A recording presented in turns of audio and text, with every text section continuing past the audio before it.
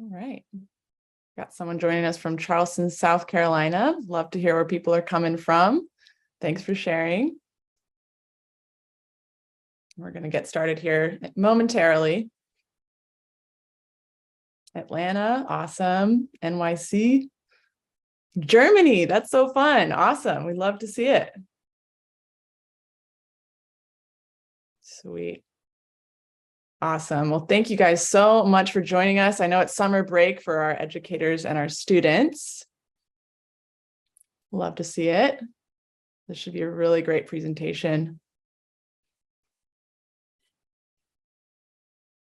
Just give folks a couple more minutes to join us from our streaming platforms. Make sure everyone's in, and then we'll get started here momentarily, guys.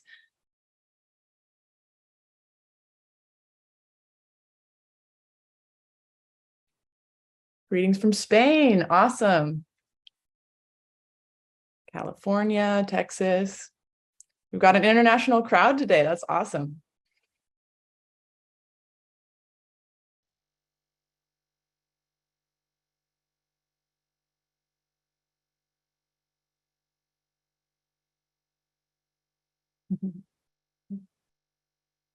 Oops, that was my bad.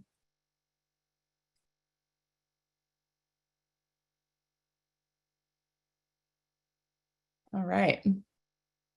Give folks a couple more minutes here. We'll get started really soon. India. Wow. I love seeing where people are coming in from.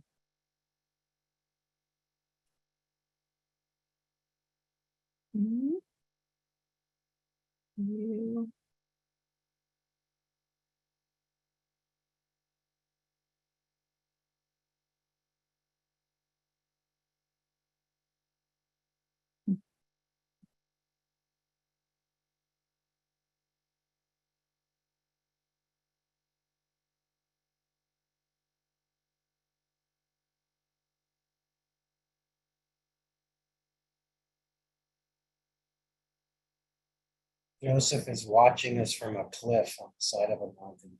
No way. Is that someone you know? That's awesome. And you guys are in New York right now, correct? Oakland. Yeah. Oakland. Oh, wow. Awesome. Cool. I am in North Carolina currently, so we're kind of coast to coast right now. And let's see, it's 1:04. I feel like we can probably get started here pretty soon. How are you feeling, Ralph?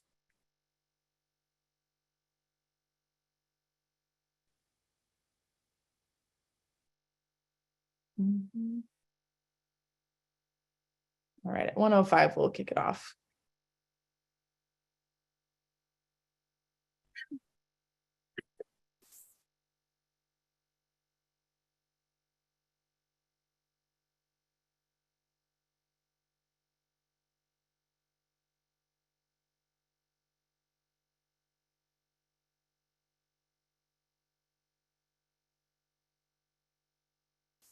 All right.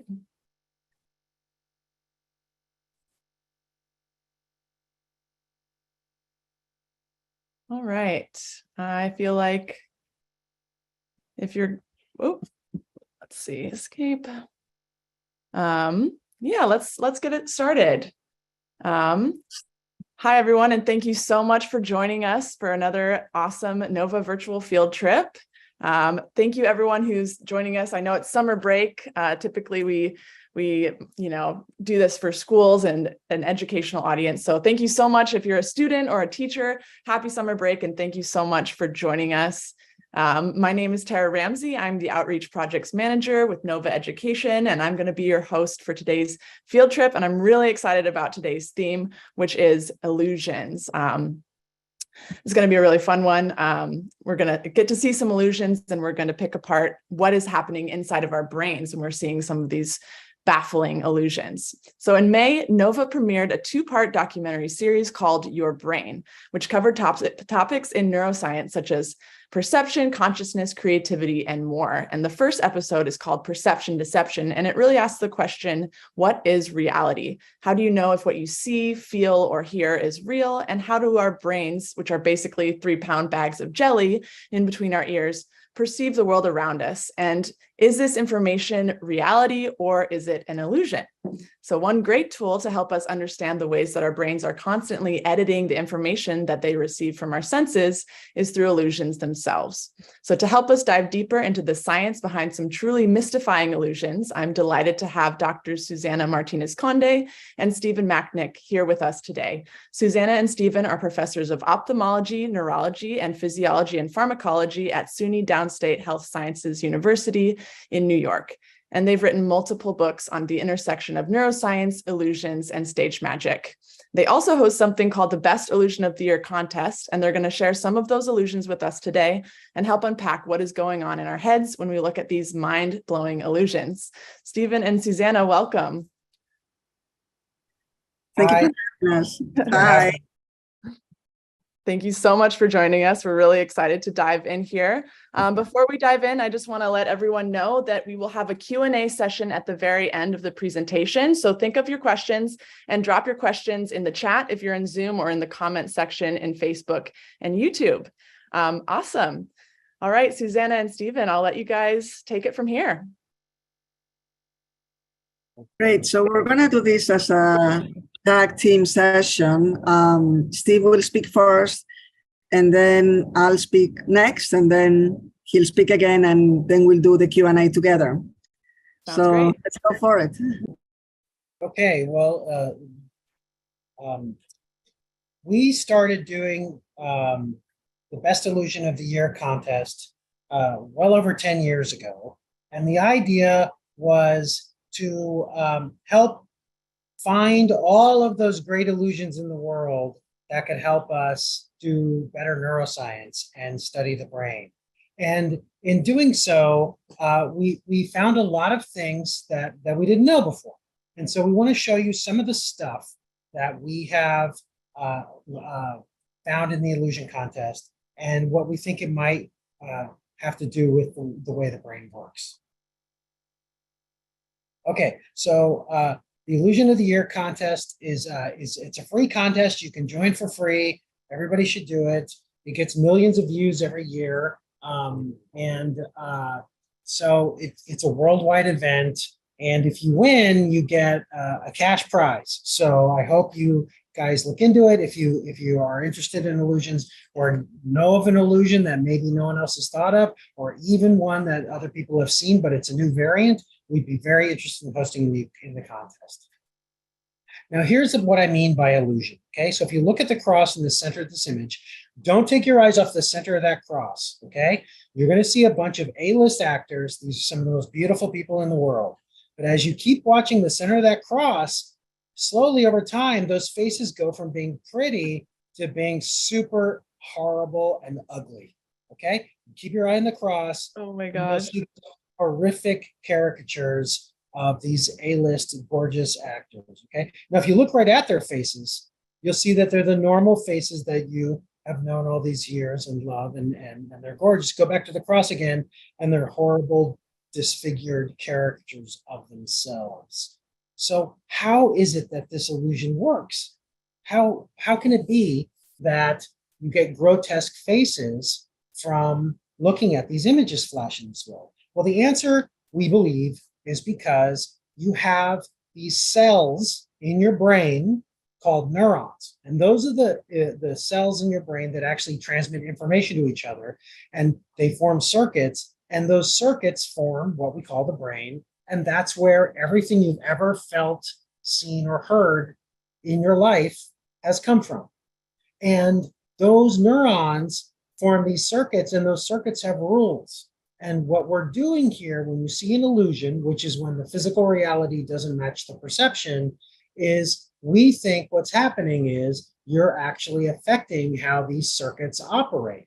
And in this case, when you see a face, you're seeing certain neurons in your brain that are specialized for seeing faces get activated. And they get so activated by these faces, they actually start to adapt to it and they get less and less activated. So that when you show the next face, which is engineered to be a different kind of face, what happens is those neurons then are contrasted with the new neurons that are activated, and those new neurons activate even more than they would have, and it looks like a caricature of itself. And so what you see in your brain, even though it's not on the screen, is you see the caricature of these gorgeous faces, and that's why it looks so weird.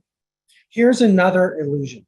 So in this illusion, what you see is a couple of tilted blue lines, 4 blue lines that are tilted with respect to each other on this display.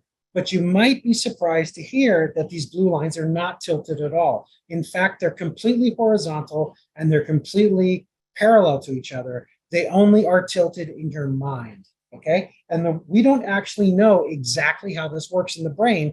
That's why illusions are so important to us as neuroscientists, because as neuroscientists, what we try and do is find out how those circuits of neurons in the brain actually hook up to each other and create this world around us that we see. Now, this illusion, we believe, happens in part because of those diamond-shaped little checkerboards at the corners of the squares. Now, if that's the case, we can do an experiment to test that. All we have to do is blur this image to the point that those little checkerboards, those little diamonds, are blurred out so you can't see them very well. And once those are blurred out, those blue lines should become horizontal and parallel to each other again. Okay, so here, we're going to progressively blur them out. It's getting more and more blurry now. You can still see the lines are tilted, but as it gets more and more blurry, now they start to become horizontal and parallel. Wow. It's all because you can't see those diamonds. So if we try it again, with the diamonds there, the lines do not look parallel to each other. But as they blur, they become parallel again. So this has something to do with how these diamonds affect the way we see the corners of things. And that's very important to our vision, how we see the corners of things, because in our real visual systems, we don't actually see in 3 dimensions. What we see is a 2-dimensional image optically displayed on the back of our eyeballs on a surface of neurons called the retina. And our brains actually, from that information, figure out what the 3D world must have looked like. So we're working from a bunch of algorithms in our brain using flat images to see things that aren't flat. And part of the rules must be that when shading hits the corner of a wall, for example, if you look into the corner of the room you're sitting in, it tells you what shape that corner is by virtue of the way the shadows fall on it. And these diamonds, we think, are probably playing havoc with that system of how we use shading in the corners of 3-dimensional objects to tell what their shape is. But we're not sure. We have to do the studies and experiments to find this out. Here's another great example of an illusion. Everybody recognizes the tower, the Leaning Tower of Pisa, I'm sure. And you'll see here on the right that the one on the right leans more than the one on the left. But what I just said to you is a lie. In fact, if we just move that image over, you can see pixel for pixel, both images are exactly identical, okay? The one on the right does not lean more than the one on the left, yet in your brain right now, it is leaning more than one on the left. So how is this happening? Why does this happen? We don't exactly know exactly how this happens yet, but science hopefully will find out someday, but we have some ideas about why it might be happening. Now, if you think about how your brain evolved through time, through millions of years of visual systems evolving, what we had to do was look at 3-dimensional objects like this and figure out how they related to each other, even though they're flat images on the back of our retina, as we described before. In this case, if you were standing at the base of 2 towers that were exactly parallel to each other, okay, what would happen as they fell away into the distance in the sky, they would actually converge because of the rules of perspective. That is, things that are farther away are closer to each other on your retinas than things that are nearer. That's the rules of perspective. But here, that doesn't happen. These 2 identical towers go away, they lean away from you and go off into the sky, and they never converge because these are photographs and not real towers leaning away from you. So what your brain does is it says, well, it must be that these towers are actually diverging from each other and leaning away from each other, or I wouldn't see them so that they're actually congruent on my retinas. So that's why we think this happens, although we don't know exactly how the brain does it yet. Here's another example of that. You see the two roads on the left are congruent. Oh, wait, no, the two roads on the right are the same. Oh, wait a minute. It's the two roads on the left are actually look the same. No, the two roads on the right look the same. What is going on? These two roads, both on the right and on the left, look the same, but they can't be the same. They're obviously different. What's going on? Now we see that the two roads there are exactly congruent, and these two roads aren't. So what was going on? Well, the answer is that the two roads that were physically congruent with each other actually matched each other perfectly, and you could see that. But when you saw the other two roads next to each other, they appeared to be roads going off in the distance. Now, they're not roads going off in the distance. They're actually just pixels on a flat screen. But you perceive them in your brain as two roads going off in the distance because of the way we see 3D. And so because they were arranged in the right way, you saw those two roads as being identical to each other and traveling next to each other, going off into the distance. And it was only through this geometric experiment that we were able to prove to you that that's not the case, and that two roads that go off into the distance in the same way, parallel to each other, actually are not congruent geometrically on your retina. Okay, here's another example of a great illusion. So in this illusion, this is an illusion of perspective, forced perspective, because we're seeing these balls, and yet they're rolling uphill. Okay, these balls roll uphill against gravity, and you can see they're made of cork and wood. They're not magnetic, and somehow they're able to roll uphill and defy gravity. Of course, that's impossible. In fact, what's happening is this. What you're actually seeing is the balls are rolling downhill, perfectly downhill structure, and now you know exactly what's happening, right? So if I were to show you the other view again, it should be that you can see exactly for what it is, and your brain won't trick you anymore, and nothing like a rolling hill, right? Because you know this is not uphill, it's a trick. That's not what you see. Your brain is so invested in its algorithms for how it sees things in 3 dimensions that it will not let you see these balls rolling downhill, even though you now know exactly how they're rolling downhill and exactly the shape of these ramps and the way it's really working. That your brain operates by the rules of how it sees things in 3 dimensions, whether you like it or not, and whether you know it's a truth. These two things from an accidental view, like you're seeing here, even if you know it's an accidental view, doesn't help you. Okay, let's try another one. Here's another great illusion by Sujihara. The same guy who did the last illusion also won the contest for this illusion. This is a mirror, and this is not CGI, and that's the same object that you're seeing there. How's it work? Well, it just showed you how it worked. But you can see diamonds on the top and cylinders on the bottom, even though that's impossible.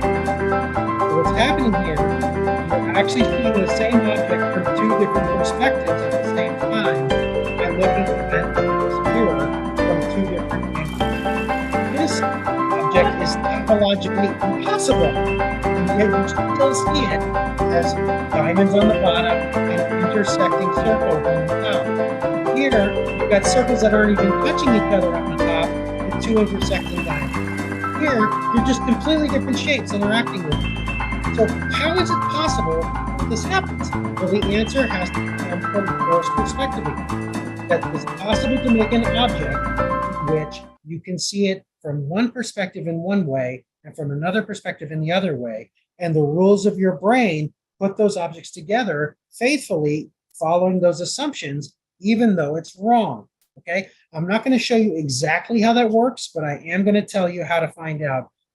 After this course, look up in the internet the word squircle, square and circle put together, squircle, and that will allow you to look up how it is that illusion works, because many people have done the 3D printing necessary to solve this, and they've shown you the solutions online.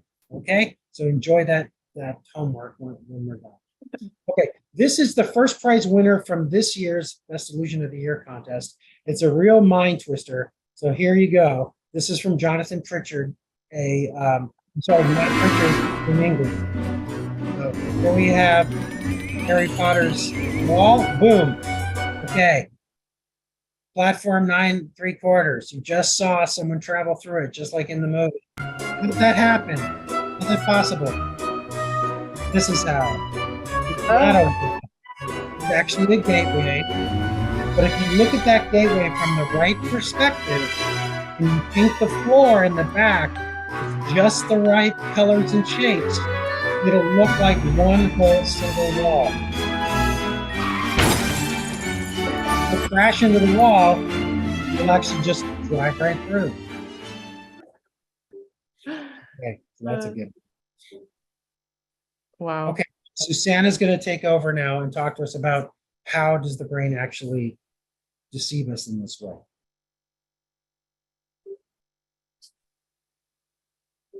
So we've looked at a lot of illusions, and you may be wondering, why does this happen? What's going on? And well, as scientists, that's exactly the kind of thing that we try to find out, and that we do not have complete answers, but we have some hints about what may be taking place. So how does our brain deceive us? In other words, why do we experience illusions rather than the truth? Stevie, if you would advance for me, thank you. Sorry, I don't have control myself. So it comes down to the neural constraints that we experience in our brains, right? So, 1 second.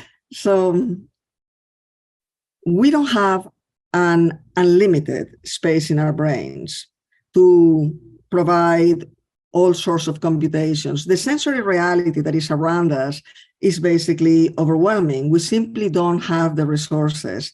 We don't have enough neurons, connections between neurons or brain areas. Not even with a brain the size of a building, we would be able to process all the information that is hitting our senses all the time. So our brain uses a lot of different shortcuts so that it only samples tiny bits of information from what's out there and frankly guesstimates the rest. And how does the brain do this? In several ways. First, by filling in blanks. All the time we're filling in missing information that is both from a perceptual standpoint and also cognitively in our thoughts processes, in our memory recollections, and so on. Next. We also seek structure. Our brain is a meaning-seeking machine. We try to make sense of the reality around us. Even when the reality is pretty much random, we still try to figure it out. And this is why we experience what we call pareidolia. Like, this is an example, is seeing faces in clouds or seeing faces in the wallpaper. Another example of seeking structure, seeking meaning, is connecting cause and effect incorrectly. This is what happens, for instance, when we watch a magic trick, and Steve will tell us more about that, but we see the magician do a magic pass with a wand, and then a rabbit may appear or disappear. It seems that the wand make the magical effect happen, when in reality, they're not connected. That's an illusion. Or just having superstitious behaviors. For instance, like we think that we feel that because today our team is going to be playing an important game, it's going to be a good idea to have my favorite socks on, right? So we all fall for this kind of magical thinking, but at the core, it's just an attempt for our brain to make sense of what's happening around us. And finally, improving narratives. Our brain is a wonderful storyteller. We tell stories all the time, even when we don't think we are. We try to impose a narrative, sort of like a plot, if you will, in the behavior of other people, our own behavior. We explain our own actions in ways that sometimes don't make a whole lot of sense. And we're going to see some examples about all of this. Let's start with filling in blanks. Well, don't do what the slide is doing right now. Just listen to me for a sec. We all have a very important gap in our visual field, which is called the blind spot. And this is the place in your retinas where the optic nerve, where basically the wires that carry visual information leave your eye to carry all of this visual information to the rest of the brain. But because we have this bundle of wires pretty much close to the center of your retinas, then we are unable to process vision there. It's a blind spot. Now, normally we cannot really find it, but there is a technique, and I'm going to teach you how to do it. So what I want you to do is like extend both arms. So with elbows completely straight, and then touch. So do the double L shape that I'm making. So touch your thumbs, and this is right in front of your faces. Now close your left eye and look at your left fingertip at the same time, and you may need to move your arms around a little bit. But if you're doing this properly, eye closed, look at the top of your left fingertip, you should see your right finger disappear, okay? And now, the interesting, hold the position if you have been able to make your right finger disappear, and now ask yourself, can you see what's behind the finger, or do you see a big black hole? And the answer is, you can probably see what's behind the finger. For me, is I can see the brown wall behind my finger. Now, of course, this is not true. I don't have X-ray vision, and neither do you. But what's happening instead is that your brain is using the information, the visual information surrounding your missing finger, to guess about what may be, in fact, in the place of the finger. So that's a very smart algorithm. Unfortunately, it's not smart enough to reconstruct your whole finger, but this gives you an idea of the kind of gaps that our brain is feeling all the time. Okay, I see that somebody says, I see a shadow. It may be that you're not making the finger completely disappear, and that I just play with it. We don't have a whole lot of time during the presentation, but play with it once the presentation is over. Again, what's critical is to have both elbows straight, and that with your arms in front of your face, and make this shape, the double L shape that I'm making, and then hold your gaze, and you should be able to see it. And once you master this trick, it's actually pretty fun. You can use it to disappear people you don't like. And so apparently there was a king that used to do that, used to decapitate people that he disliked. All right. So let's move on then. We've talked about filling some gaps, and let's talk about structure and finding structure where there's none. All right. So here we have an illusion developed by Riorak and I back in 2005. So if you look at this grid, normally you should see that we have organized squares right in the center of the grid, but we have disorganized flanks to the left and the right of the grid. So what we're going to do right now is we're going to take this grid and we're going to make it completely, perfectly even without changing a thing physically. We're going to do this right in our minds, using our... What I want you to do is I want you to choose one of the central crosses, say at the very center of the grid, choose one of the intersections and hold your gaze as precisely as you can on that one point while paying attention to the rest of the grid. What you should see is that the grid becomes completely homogeneous, completely organized throughout. Now, that's an illusion. If you relax your gaze, you will see that the grid is disorganized to the left and to the right. So this is basically your mind is tricking you, and you can go back and forth holding and relaxing your gaze to make the grid be more or less organized as you will. So we are imposing order where there is no order in reality. Okay. Let's talk about narratives. And to do that, I want to introduce a concept that was developed also back in 2005, and that is called choice blindness. So as the name indicates, choice blindness refers to the fact that we are blind, that we are unaware of the outcomes of our choices. So we think that we're choosing, but our choices are not what we seem. It's going to be easier to understand with the example. So the researchers that came up with this concept originally had a pretty simple experiment. They had two faces and two photographs of people, and they asked experimental participants to choose which one they thought was more attractive of the two. And then participants would choose one of them by pointing at it. Next. And immediately the researchers turned both photographs upside down. And now they asked the participant to pick up the photo they just chose. Now, what the participants didn't know is that the researchers had learned magic tricks from a professional magician, so they were able to swap the two images without the participants realizing. So they ended up with the opposite face to the face they actually chose. Now, about 30% of people did not realize that a change had happened. They did not realize that there had been a swap. So that's a bit concerning, but that wasn't even the most striking part of the experiment. The most shocking part came next.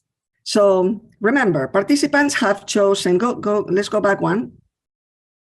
Participants have chosen the photo, have chosen a photo, but end up with the opposite of their choice. Now, the experimenters asked the participants, so this picture that you chose, in reality they didn't, why did you choose it? What made you think that was the most attractive of the two? And because this was not the actual choice, I mean, you might think, well, they probably wouldn't know what to say because that's not their choice. So they would say, I'm at a loss for words. I can't tell you what my reasoning was because there was no reasoning for that particular choice. In fact, the complete opposite happened. Participants had all sorts of reasons why they chose one and not the other. These are some examples of the comments. She's radiant. I like earrings. Big lie. In fact, the one that you chose had no earrings. So people are making it up after the fact. She looks like an aunt of mine, I think, and she seems nicer than the other one. So these are very complicated explanations for choices that did not happen. Just a nice shape of the face and the chin. I thought she had more personality. In a way, she was the most appealing to me. I don't know. That was the first honest subject. I don't know, because they cannot know. Somebody regrets it. Well, why did I choose her? In fact, they didn't choose her. They chose the other one because she was smiling. So anyway, all sorts of reasons for choices that they didn't actually make. So this gives us a lot of food for thought. I mean, for one, we think that we first think and then we act. Oftentimes, it's the opposite. We just act however way we feel like acting, and only after the fact we think about what we did, why we did it the way we did, and that in fact we often treat our own actions from a third person perspective, right? So just like sometimes we try to understand why people around us behave the way they did, like well, why didn't that person say hi to me in the hallway just now? Well, I don't know, maybe it's something that I said, maybe they're mad at me. we try to come up with explanations for other people's behavior. But in fact, we try to come up with explanations for our own behavior as well, as if it was just somebody that we don't know. We don't know ourselves as much as we like to think. And so that's, again, a bit worrisome.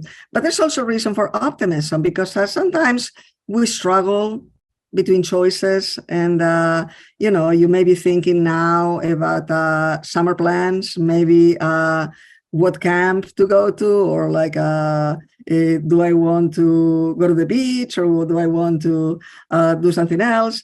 And the fact is, it doesn't really matter, because whatever you choose, you're going to convince yourself that that choice was the best choice and the most appropriate choice to have, and you will convince yourselves and give yourself all sorts of reasons to support that specific choice.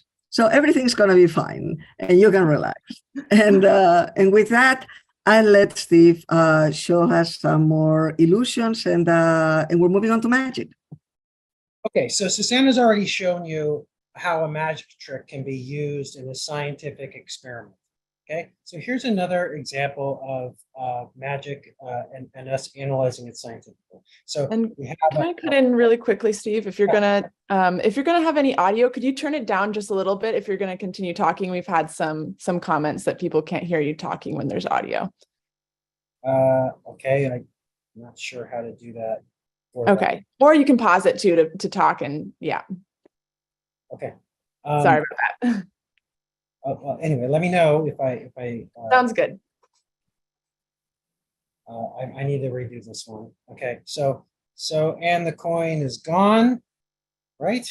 And so how is it that happened? Well, we started doing research on magic tricks, working with a number of different magicians. We actually published in scientific journals experiments and analyses of what's going on with magic tricks and how they can be used in order to help us understand the mind. So magic tricks being a certain kind of illusion, kind of a cognitive illusion rather than a perceptual illusion. And all of these illusions are where the physical reality doesn't match the perception or the expectation, and therefore we can use them to determine what the brain is actually doing. So and many of the magic illusions come down to the issue of attention. So let's look a little bit at an illusion of attention. Okay, so in this case, this is from the illusion contest a few years ago. Here we have a room, and you can see, just look around the room and count the number of changes you see happen in the room as they happen. Okay, so we're testing your ability to pay attention to what's going on. We are changing stuff in the room as you're looking at this right now actively. And okay, did you notice anything at all?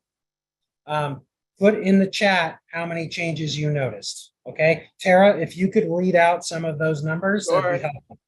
I'm worried about myself because I was trying to notice something and I'm not sure if I noticed anything. I've got someone. Sarah, I know the answer. I know the answer about how many changes there are, and I didn't see any. So okay, that makes me feel a little better.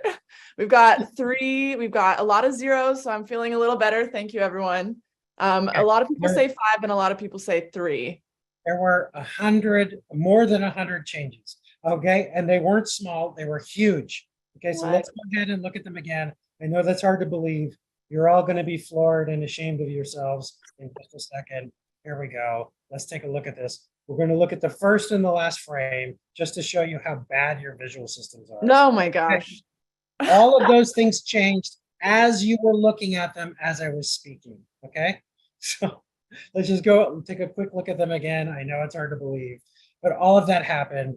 Yes, you're basically unable to see things that change. Now here, why did this happen? Okay, so this is the first frame and this is the last frame. All of those things changed, 105 things. Now what was happening here is oftentimes things change. If they change too quickly, you may not notice them. okay? But this is a case where things were changing so slowly you couldn't notice. It's like trying to watch the grass grow. If you look at your lawn, the grass is growing right now, but you can't see it because it happens too slowly, and you cannot process motion that's slow. You can't see the clock change. I mean, unless it's one of those clocks that ticks.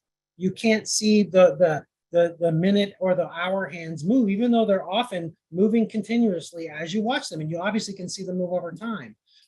But that's the kind of thing that's happening in this illusion. So attention is at play here. Now, if you fixate in the middle of these circles right here, we can actually see how much your attention matters. Just going back to the last slide. So fixate that center green dot and pay attention to the upper circle here on the right. And you'll see that the upper circle looks brighter than the other two. But if you pay attention, keep looking at the green dot, but pay attention to the upper left circle. Now that one looks brighter, or the bottom one now looks brighter. And then the upper left one looks brighter again.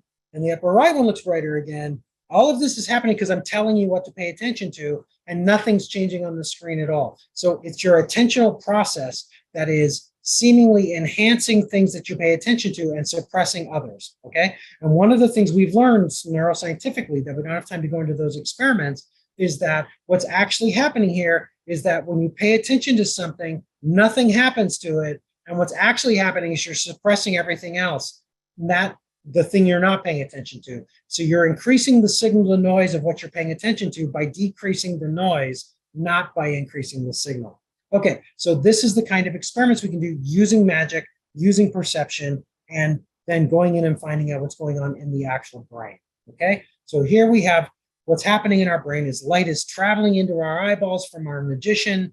That light is being transduced into electrochemical signals by neurons in the retina that travels through the optic nerves and through the optic radiations all the way to the back of the brain, to the primary visual cortex, where we see our magician. The information about that image, about that magician, is arranged in our brain in a circuit that actually sees the relationship of these things together. And even though we're paying attention to the hand where the coin disappeared right in the center, what your brain is doing is using a kind of mental jujitsu against you, so you can't pay attention to where the coin actually is, which is, of course, must be in the other hand.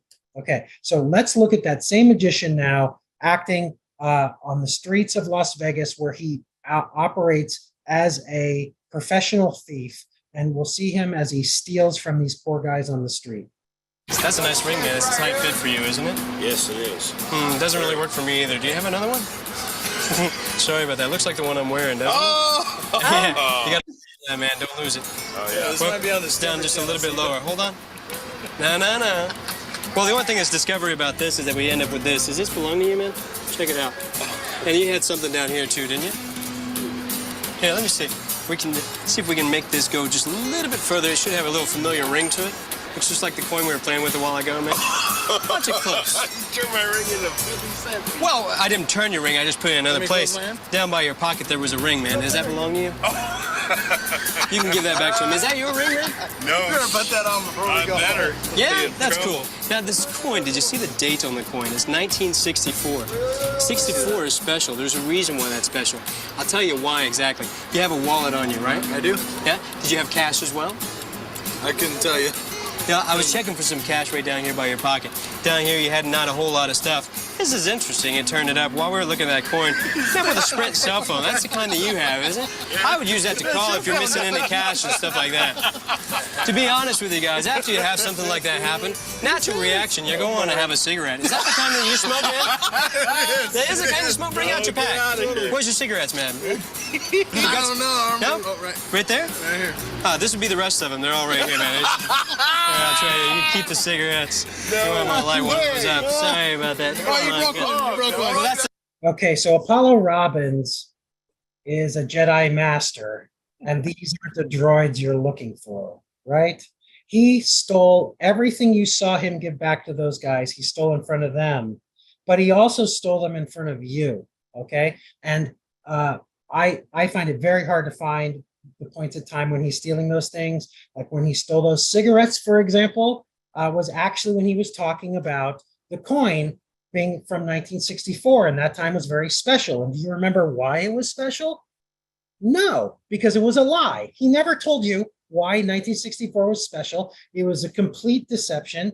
He was getting you to think in your mind about the year 1964. What happened in history in 1964? Was that the year Kennedy died? I don't remember.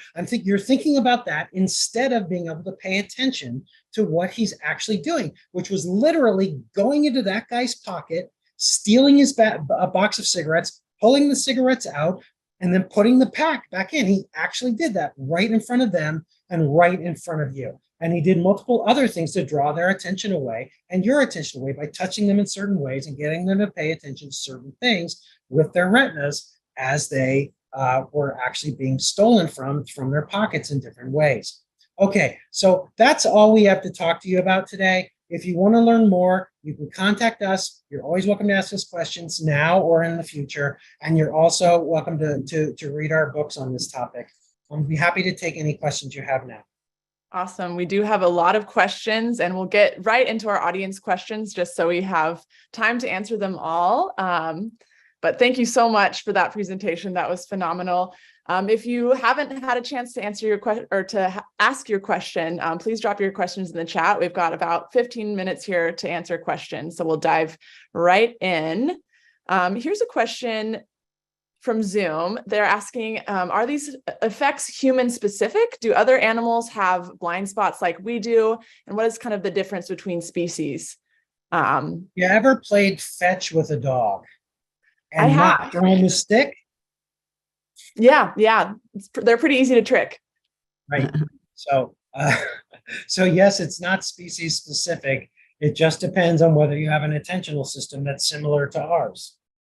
But we know of there have been many experiments of all sorts of illusions happening in animals, from birds to fish to insects. And as far as we know, all the nervous systems out there are susceptible to illusions of one kind or another. Great. And Stephen, could they may not all be really quickly? Oh, sorry. May not all be susceptible to the same illusions, because different animals, for example, have different visual systems. They have different cognitive systems. They may not see in color, whereas we see in color. They may see in different kinds of color. So color illusions would be different in those species, for example. But they all see illusions because they all have the same limitations of using a brain made out of neurons.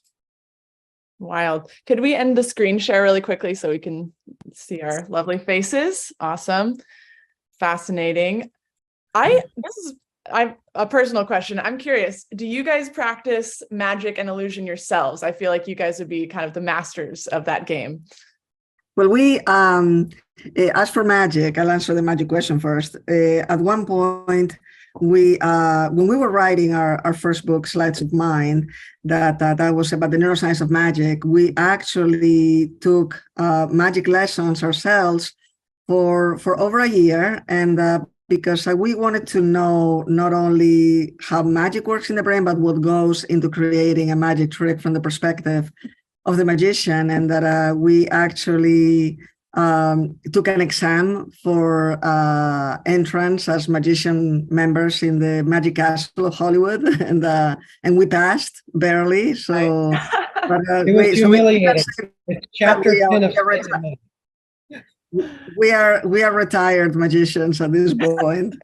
And but we do still study magic and the neuroscience of magic in our laboratories, in our research, as well as all sorts of visual illusions, including illusions that have been used in art, both contemporary as well as in, the old masters. We're completing a study that involves some illusions from Titian and Rubens' works. So yeah, we do a lot of illusion work.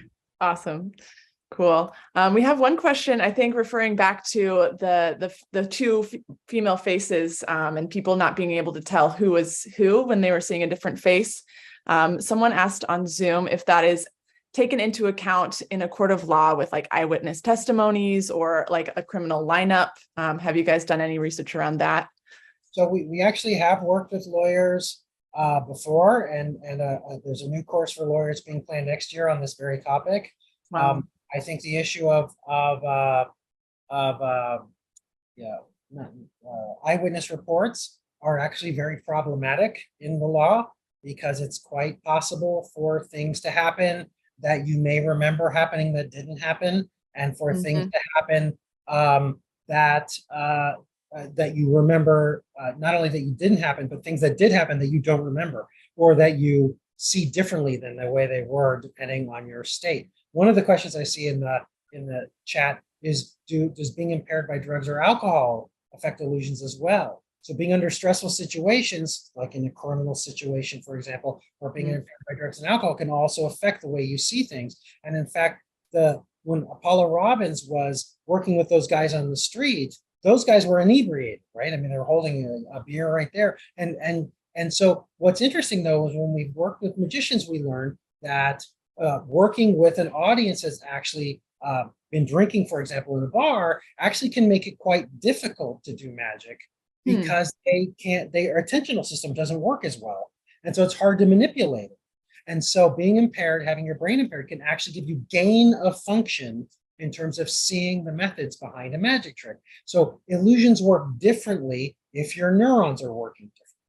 And being inebriated, or being under stress, or having your attention drawn away for various reasons will make your neurons work.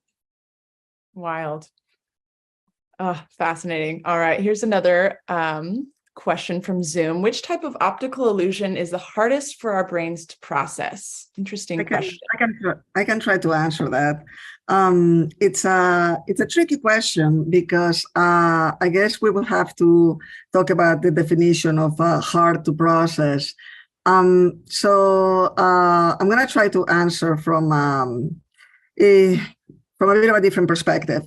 So we have over 24 brain areas dedicated completely or partially to processing visual information. The retina is just the very first of those areas. So it's about, more than 2/3 of our brain is involved in visual processing. So there are many illusions, and the visual system is from all of our sensory systems, is the one that is the most susceptible to illusions. We have the most types of and categories of illusions in vision than compared to the other senses, which goes to show you that illusions are not something that the brain is trying to avoid, that they're a feature rather than a bug. But different kinds of illusions happen at different levels in the hierarchy of visual information processing. So in terms of hardness, we can talk about what illusions are harder to overcome, perhaps. And that there are some illusions where if you pay attention, and a lot of magic illusions, or you know where and when to pay attention, you can overcome the illusion. You can see what's behind the illusory effect. And those happen at higher levels of processing, what we call the more cognitive levels. Illusions that happen near the entry levels, like in the retina and close to the retina, those are basically what we call hardwired. They're part of the circuitry, and we cannot overcome it. So we may know that this is an illusion. It's not supposed to look the way it does, but we may know that intellectually. We cannot make ourselves see it any other way. Wild. Here's a fascinating question. Are there any implications related to AI? Can AI detect illusions? I don't know if you guys study AI and illusion, but yeah. So AI does computation in different ways in our brain, so it has different foibles, but it still makes assumptions in a neural network, in a convolutional neural network. It can build up assumptions in order to answer questions really fast, and those assumptions can be wrong in certain situations, and that is fundamentally why we do not have self-driving cars. So if you read the work of Gary Marcus, who was a psychologist at NYU, and I don't remember where he's now, he might be independent, he might have his own institute now, but I believe he's written books that have been the basis for why Tesla and other car companies don't have full self-driving cars now, because AI suffer from a type of illusion called adversarial images. And these adversarial stimuli are stimuli that when an AI sees it, they'll see the wrong thing and make the wrong decision. And you can't know what they are ahead of time. There's no principled basis to predict them. So what could happen, for example, is your car's driving down the street and someone holds up a zebra code on the side of the street that causes the car to turn left and drive off the bridge. That kind of thing can happen, and it will happen unless we build in safeguards. That's why otherwise cars are ready for some full self-driving, but it's that danger that's keeping it from happening. That is wild. Crazy. We've got a question. We've got a question about the subconscious or subconsciousness. So does subconsciousness, or does the subconscious mind play a role in illusions? Well, I think that's something that there are some illusions that are subjective to processes of priming, for instance, and that so you may be, and this is used in some magic tricks. It's not very reliable, but some magicians may use it as an added layer, not to exclusively rely on that. So you may be more likely to choose a number versus another if you've been primed and given like that context in ways that you're not aware of. But it's not very effective. However, in terms of the unconscious, I think that's something that is important to realize, and that it plays a role in most or perhaps all illusions and all perception, is that most of our cognitive and perceptual processes, we don't have conscious access. So we feel that we may be conscious the whole time. In reality, we are conscious and aware only a small portion of the time. And this is why sometimes we may be in the car, or maybe we may be walking the same route to school or to work, and suddenly we show up somewhere and we're like, how did I get here? You made hundreds, if not thousands, of decisions during the way, and most of those were automatized. Just think about what goes into speaking, the position of your lips and your tongue and your teeth and so on. Or think about walking. When you first learned to walk, everything was very conscious. You had to be very aware, making actual conscious decisions about how to step and where. But all of those processes in which we become experts, at some point, they become automatized. And neuroscientists sometimes refer to those as zombie behaviors, not like in the eating brain kind of a zombie, but just stuff that we do without any sort of conscious control. So in fact, just one last example, a lot of illusions, this is one of the main lines of research in my laboratory, a lot of our perception is dependent on eye movements and the other way around, and that we make hundreds of thousands of eye movements a day, and we can make some of these eye movements on purpose, but most of the times we're not even aware that we're moving our eyes at all. Wild. Yeah, just absolutely mind-blowing. I feel like you guys could show us illusions all day, and I love how engaged this audience is. We've gotten tons of questions. I am curious, we often, these field trips are geared towards a younger audience who haven't started their careers yet or decided what they want to study in college, many of them. I'm wondering what you guys studied to get into this line of work, and what brought you to illusions and neuroscience in the first place? Well, I went into college thinking I'd be a psychiatrist. So I started taking what at the time was called psychobiology. It's now called neuroscience. I started taking psychobiology classes, and I fell in love with the scientific part of it right away. And I ended up going to college for 5 years, and I triple majored in psychobiology, biology with a neurobiology emphasis, and psychology, experimental psychology, which was basically all neuroscience. And ended up going to graduate school to pursue the science directly, just because it was so cool, and I never looked back. Awesome. And I, a bit similarly, not exactly the same, but when I first went to college, I thought that I might become a clinical psychologist. And but I was most interested in the neuroscience classes. So by my second year of college, I basically decided that I wanted to do research for my career, research in neuroscience. At first, what attracted me to neuroscience was the circuitry and that the computations happening in the visual system, and that and to a lesser extent in the auditory system as well. And that and I focused on the visual system during my PhD, and it was only years later when I started studying some illusions that were present in the works of an artist, Victor Vasarely. He was the founder of the op art movement. That I really I had always been sort of, I think most vision scientists are interested in illusions in some way or another, but my own work really, illusions really became central to my work after I started studying illusions in art. Awesome. And where can folks follow your guys' work? We've definitely got a lot of interest, and hopefully some folks who want to maybe sign up for the Best Illusion of the Year contest in our audience here. So where can folks follow you guys? So the illusion, so the illusion of the year, it's very, very easy. You can go to illusioncontest.com or illusionoftheyear.com, one word, illusion contest, one word, illusion of the year, one word.com. Either address will take you to the Illusion Contest website, and there's a mailing list that you can sign up for to submit illusions or to vote for the top 10 finalists in each annual edition. Great.